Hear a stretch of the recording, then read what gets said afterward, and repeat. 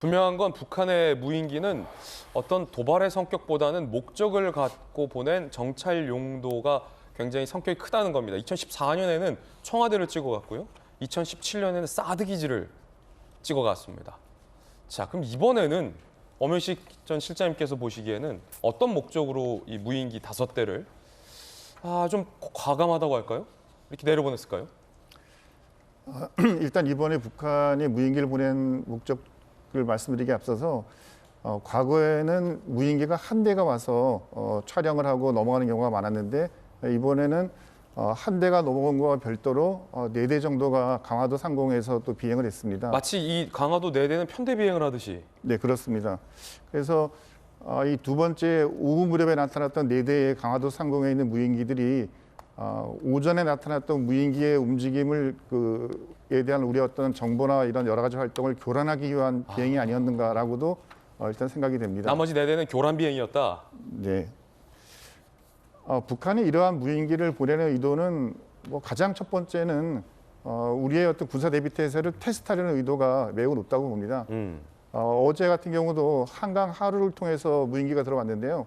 한강 하구를 통해서 한강을 따라 들어오게 되면 바로 직결되는 곳이 용산입니다. 대통령실이 있는 곳이죠. 예. 2014년도에도 북한의 무인기가 청와대를 찍어갔던 것처럼 한강 수로를 따라 들어오면 대통령실을 바로 촬영할 수가 있고 그런 측면에서 어제는 한강 하구 쪽으로 무인기를 비행했던 것으로 보입니다. 아마 북한군들도 아침에 지휘부들이 모여서 심각한 대책 회의를 하고 있을 것으로 보이는데요. 그들이 평상시 이용했던 한강 하구와 저런 강화도 쪽 그 무인기 경로가 우리 군에 의해서 100% 파악이 된다는 것을 알고 아마 북한군들도 앞으로는 무인기 운영에 있어서 여러 가지 좀 제약을 받지 않을까 그런 부분에서 아마 긴장을 하고 예. 특히 이번에 우리가 우리의 무인 정찰기를 북쪽으로 보냈지 않습니까? MDL 북쪽으로. 아마 북한군이 이런 것은 전혀 아마 상상하지 못했을 겁니다. 아마 우리도 이런 식으로 북한군이 상상하지 못하는 방면으로 여러 가지 작전 활동이 앞으로도 계속 되어야 한다고 생각합니다. 예. 북한 무인기 남하에 민간, 군 양쪽에 다 피해 상황도 있습니다. 함께 보시죠. 공군의 경공격기, 아까 계속 말씀드렸던 KA-1 한 대가 대형 작전 지원을 위해 출격하다 추락을 했습니다. 다행히 조종사 2명은 비상 탈출에 성공을 했습니다.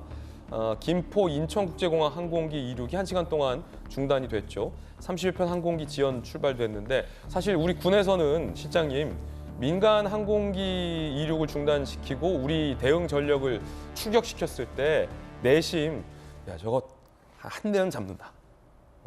4대 강화도 교란 비행 저건 냅두더라도 한 대는 반드시 잡는다.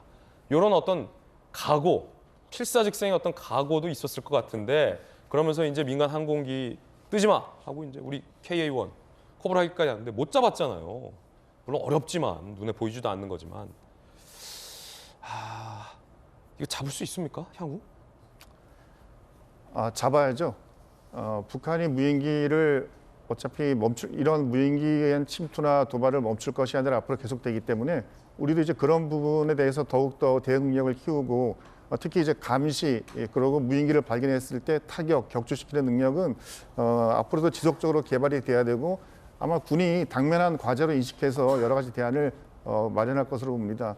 특히 이제 어제 같은 경우 사실 인천공항에서 비행기가 이착륙하는 강화도 상공은 늘 비행기들이 되게 많기 때문에 어떠한 그 무인기나 또는 드론 같은 것들도 비행하는 것이 항공기 안전에 매우 위험을 초래하는 곳입니다. 위험하죠.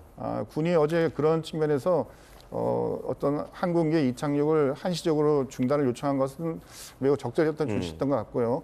또 한편으로는 금방 이제 앵커께서 말씀하셨던 것처럼 잠시만 비행기가 이착륙을 멈추면 그 사이에 우리가 무인기를 반드시 잡겠다는 그런 의지도 분명히 있었다고 봅니다. 하지만 결과적으로 무인기를 잡지 못한 부분은 아쉬운데 어쨌건 이것은 그냥 왜 못 잡았냐라고 이제 비난하고 질책할 것이 아니라 다시 여러 가지 능력을 보완해서 다음번에는 반드시 잡을 수 있도록 격려하고 또한 그러한 대책을 수립해 나가는 것이 필요하다고 봅니다. 예. 자, 아직까지는 이 뾰족한 수는 없지만 개발해 나가야 된다. 라는 말씀이었습니다. 김광삼 변호사님, 법률적인 문제 하나 여쭙겠습니다. 2018년에 문재인 대통령과 북한의 김정은이 9.19 군사합의를 했습니다. 평양에 가서 우리 국방장관 송영무 당시 국방장관도 가서 군사분계선 이내에서는 군사적 행위를 중단한다. 거기에 무인기도 들어가요. 그런데 이번에는 뭐 MDL을 뚫고 넘어와서 영공을 침범하고 은평까지 왔다 갔는데 9.19 군사 합의 위반이죠, 맞죠? 그냥 당연히 위반이라고 볼 예. 수가 없죠. 그런데 9.19 남북 합의에 대해서 사실은 그 이전에도 뭐 합의 이후에도 북한이 이걸 준수하지 않았잖아요. 네. 여러 가지 우리 NLL 어떻게 보면 완충 지역에도 포를 쏘고 막 그랬어요. 그러면 9.19 군사 합의에 굉장히 의미가 있었는데 결과적으로 계속 빈발하게 도발을 하고 있잖아요. 근데 이번에 보면 우리도 이제 무인기를 보냈잖아요. 네. 북한으로. 그러면 결과적으로 이 군사 합의 자체가 완전히 깨진 게 아니냐 예. 그런 생각이 들 수밖에 없어요. 근데 사실 이제 북한이라는 자체가 이게 정상국가로 볼 수가 없어요. 그리고 약속했는데 지키는 경우는 거의 없잖아요. 그럼 우리가 약속을 하면 물론 이제 우리가 남북한의 특수성이 있기 때문에 국가 간의 어떤 약속은 조약이라고 하지 않습니까? 그러면 당연히 국제적으로 이를 준수해야 하고 이걸 위반했을 때는 국제법 위반이 되는 거예요. 그럼에도 불구하고 사실 우리가 뭐 북한에 대해서 기대할 수 있는 것은 없다. 예. 그러면 이번 무인기를 통해서도 결과적으로 거기에 대응하는 전략을 어떻게 세우느냐 그것만이 북한을 억제할 수 있는 도발을 억제할 수 있는 무기가 된다 이렇게 봅니다. 해병대 출신의 전재수 의원님, 여야도 지금 한 목소리로 북한에 약간 규탄하는 분위기입니까? 어떻습니까? 여야 반응은? 그렇습니다.